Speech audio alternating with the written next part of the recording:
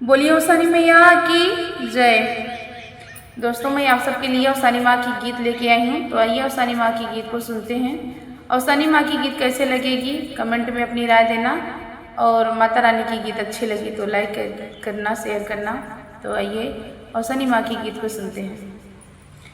काहे ना अइलो मोरे अंगनवा हे उसानी माई, काहे ना अइलो मोरे अंगनवा हे उसानी माई, काहे ना अइलो मोरे अंगनवा हे उसानी माई। मंगिया का सेनुरा दोहरा दिहल बड़े, मंगिया का सेनुरा माई तोहराई दिहल बड़े। जेकरा पे करी हम गोमान सानी माई, जेकरा पे करी हम मान हे अवसानी माई।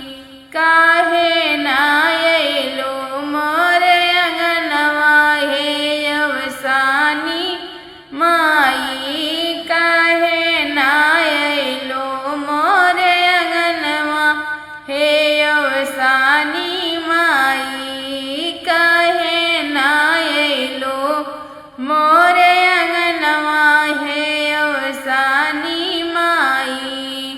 नथियाया विद्या माई तोहरा दिहल बड़े, नथियाया विद्या माई तोहरा दिहल बड़े। जेकरा पे करी हम गुमान अवसानी माई, जेकरा पे करी हम गुमान हे अवसानी माई।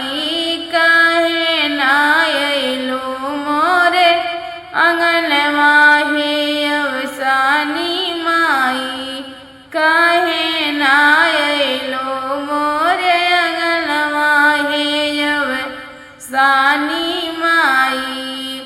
चूड़िया कंगनवा माई तोहरा दिहल बड़े, चूड़िया कंगनवा माई तोहरा दिहल बड़े।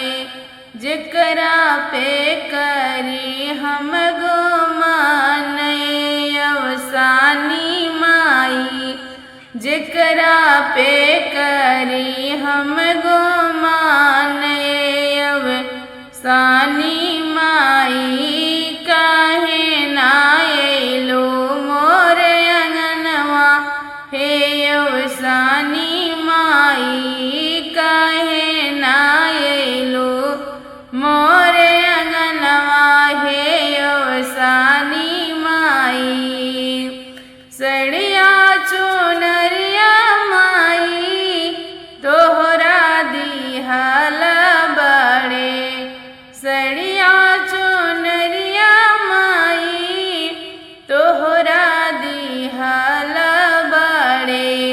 जेकरा पे करी हम गुमान अवसानी माई, जेकरा पे करी हम गुमान अवसानी माई। काहे ना अइलो मोरे अंगनवा हे अवसानी माई, काहे ना अइलो मोरे अंगनवा हे अवसानी माई।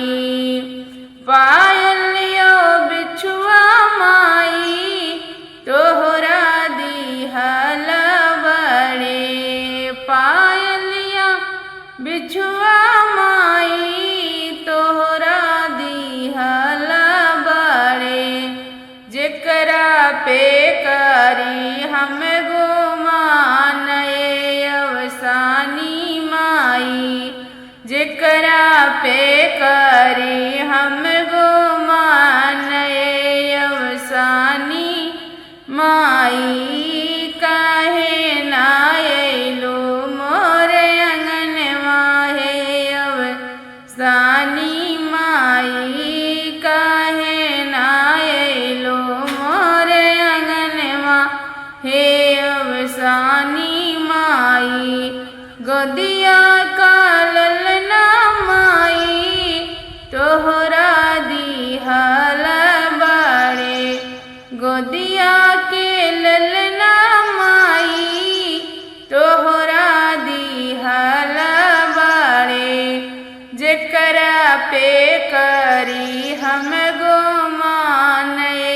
अवसानी माई जेकरा पे करी हम गुमान अवसानी माई काहे ना अइलो मोरे अंगनवा अवसानी माई काहे ना अइलो मोरे अंगनवा हे अवसानी माई। बोले सनी मैया की।